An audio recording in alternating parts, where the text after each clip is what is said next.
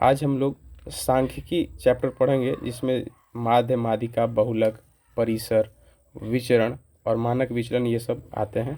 तो शुरुआत करते हैं माध्य और माध्यिका से।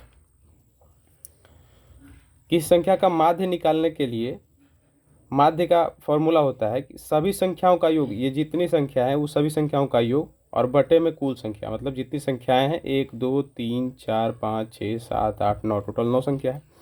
तो जब ये पूरे संख्या को अगर हम जोड़ेंगे तो क्या होगा, जैसे 3 + 3 + 4 + 4 + 4 + 5 + 5 + 4 + 4, बटा में कितनी संख्या है, 9 संख्या है। 1 2 3 4 5 6 7 8 9 संख्या है, टोटल 9।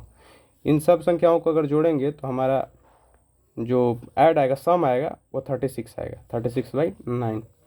तो हमारा जो माध्य आ गया वो कितना आ गया, 4। ठीक है। अब है माध्यिका। तो माध्यिका, अगर ये सभी संख्याओं का जो क्रम है, मतलब क्रम से अगर गिनते हैं 1 2 3 4 5 6 7 8 9, तो जब ये विषम आता है तो बीच वाला संख्या ही हमारा माध्यिका बन जाता है। लेकिन एक ऑर्डर में लिखने के बाद, जैसे ये तो है 4 यहाँ आ गया है, 5 बीच में आ गया है, ऐसा नहीं। जैसे 3 3, फिर 4 4, फिर 4, फिर ये 4 को यहाँ लाते हैं, 4 4, तब 5 5। ये क्या होता है कि चाहे तो आप इसको असेंडिंग में लिखिए या डिसेंडिंग में लिखिए, जैसे भी लिखिएगा, मतलब तो उसके बाद इसका बीच का संख्या जो होता है ना, वो माध्यिका हो जाता है। 1 2 3 4, 4 इधर से हटा देते हैं, 1 2 3 4, 4 इधर से हटा देते हैं, तो बीच वाला संख्या हमारा क्या हो गया, ये हमारा माध्यिका हो गया, बीच वाला संख्या। लेकिन अगर यही संख्या जैसे 9 है, 9 के जगह पर अगर 10वां संख्या अगर मान के चलिए, हम मान लेते हैं कि 6 होता, तो यहाँ हम 6 लिख देते। लेकिन 6 लिखते तो 4 इधर हो जाता और 1 2 3 4 5, 5 इधर हो जाता, तो ऐसा नहीं होता। तो यहाँ 4 5 6, 5 6 है ना, तो इतना 4 इधर हटा देते हैं, 1 2 3 4, 4 इधर हटा देते हैं, तो बचा क्या, 4 और 4। तो 4 + 4 को जोड़ के हम 2 से भाग देते। इसका भी हालांकि आंसर 4 ही आ रहा है, लेकिन इस कंडीशन में हम बीच वाले को जोड़कर उसका आधा करते हैं, तब हम माध्यिका निकालते हैं। कब, जब इसका जो पूरा क्रम है वो सम के जगह विषम आ जाए, मतलब कुल संख्या सम के जगह विषम आ जाए। ठीक है। अब आइए हम लोग बहुलक को जानते हैं कि बहुलक क्या है। तो बहुलक है जो संख्या ज़्यादा बार आता है उसी को बहुलक कहते हैं। जैसे अगर हम देखें तो 3 कितनी बार आया है, 1 2, 2 बार आया है, तो 3 कितनी बार आया है, 2 बार। 4 कितनी बार आया है, 1 2 3 4 5 बार। 4 कितना बार आया, 5 बार। और 5 कितना बार आया, सिर्फ 2 बार। तो 5 कितना बार आया, सिर्फ 2 बार। ठीक। अब इसमें हम देखते हैं कि सबसे ज़्यादा बार कौन आया। तो सबसे ज़्यादा बार हमारा कौन सा संख्या आया, 4 आया, यानी कि इसका बहुलक क्या हो जाएगा, बहुलक हो जाएगा 4। तो बहुलक मतलब होता ही है कि जो ज़्यादा बार आए। ठीक है। अब आगे देखते हैं। बहुलक का ये फॉर्मूला होता है 3 गुने माध्यिका -2 गुने माध्य। ये बहुत बार एग्जाम में आया हुआ है। तो क्या होता है कि कभी बहुलक पूछता है और माध्यिका और माध्य दे देता है, या बहुलक और माध्य पूछता है, माध्यिका दिए हुए रहता है, या माध्य पूछता है, माध्यिका और बहुलक दिए हुए रहता है। तो जैसे इसी को हम सेटिस्फाइड करने के लिए देख लेते हैं कि बहुलक बराबर, बहुलक को इंग्लिश में मोड कहते हैं, मोड। तो 3 गुने माध्यिका, माध्यिका हमारा कितना आया है, माध्यिका आया है 4, इसका वाला भी, इसका भी सेम ही है, 4 आया है। -2 गुने माध्य, 2 गुने माध्य, माध्य हमारा कितना आया है, 4, 2 गुने 4। तो इसको जब गुना करते हैं तो 4 तिहाई 12 और 4 दूना के 8। जब इसको घटाते हैं तो हमारा 4 आता है। और यहाँ भी बहुलक हमारा क्या आया था, 4 आया था।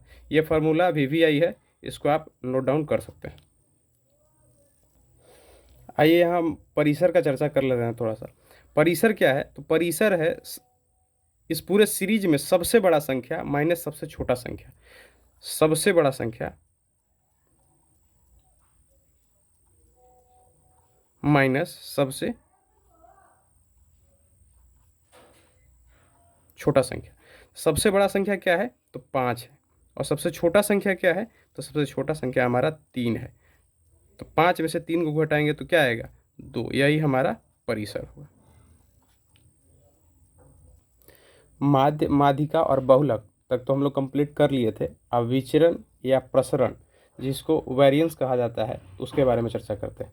विचरण क्या है? तो विचरण है संख्या का माध्य से हर एक संख्या का अंतर का वर्ग बटे में कुल संख्या। मतलब कि संख्या का जो हमारा माध्य आया है, माध्य कितना आया है? 4 आया है। तो 4 से जो भी संख्या का अंतर होगा उस सब का हम वर्ग करके सबको ऐड कर देंगे, वर्ग का योग अब बटा में कुल संख्या। ठीक है, आगे देखते हैं कैसे इसको बनाना है।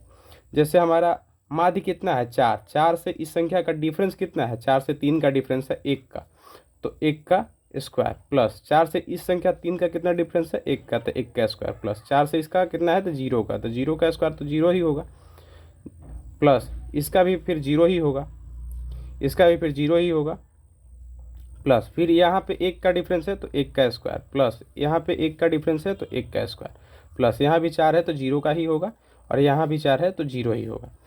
टोटल संख्या हो गया। और प्लस में कुल संख्या कितना है? तो संख्या है टोटल 9, और इसको जब हम जोड़ेंगे तो 1 का स्क्वायर 1 ही आएगा, तो 1 2 3 4, 4 बटे में 9, 0 का तो कोई वैल्यू ही नहीं होता है, 4 बटा 9, ये हमारा विचरण हो गया। अब आते हैं मानक विचरण के बारे में समझते हैं। तो विचरण को ही जब अंडर रूट में लेते हैं और उस पर एक मोड लगा देते हैं, मोड इसलिए लगाते हैं कि हमेशा मानक विचरण जो होता है वो पॉजिटिव ही आता है, निगेटिव नहीं आ सकता है। तो क्या है कि मोड लगा दिए, ठीक है, अब मोड के अंदर में रूट विचरण लिखते, तो विचरण का कितना हमारा मान आया है? विचरण का मान आया है 4 बटे में 9, 4 बटे में 9 लिख दिए और मोड को बंद कर दिए। ठीक है, आगे देखते हैं। तो इसको जब हम रूट से निकालते हैं तो ये कितना आता है? 2/3, क्योंकि 2 का स्क्वायर होता है 4 और 3 का स्क्वायर होता है 9, ये मोड में रहेगा। और जब ये बाहर निकलेगा तो प्लस में 2 बटे में 3, तो प्लस लिखना ज़रूरी नहीं है, ऐसे भी चल सकता है। यही हमारा आंसर होगा मानक विचलन का।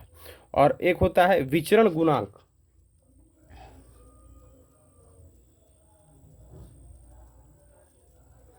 गुणांक ये क्या है? तो ये है मानक विचलन जो है निकला है हमारा, मानक विचलन कितना निकला है? 2 बटे में 3। इससे जो माध्य का रेशियो होता है, माध्य कितना है? 4, इससे जो 100% करके इसका जो रेशियो निकालते हैं परसेंटेज करके, वही हमारा क्या आता है? विचरण गुणांक आता है। तो देख लेते हैं। तो 2 बटे में 3 है, हाँ, तो 2 बटा 3 गुने इसको अगर ऊपर ले जाते हैं तो 1/4 इंटू 100 कर देते हैं, तो ये हो जाएगा कितना? 2 से ही जाएगा, 2 से ही 50 में जाएगा, यानी कि 50 और बटे में 3, 3 से इसको काट भी सकते हैं, इसको 3 से इसको काटते हैं, 3 का 3, तो बचा कितना? 2, तो 3 छक 18, और फिर इसको जब काटते हैं तो 3 छक 18, यानी कि इतना आएगा 60.66, यह आएगा विचरण गुणांक। यही होगा हमारा आंसर, और हो गया सांख्यिकी समाप्त। धन्यवाद आपका।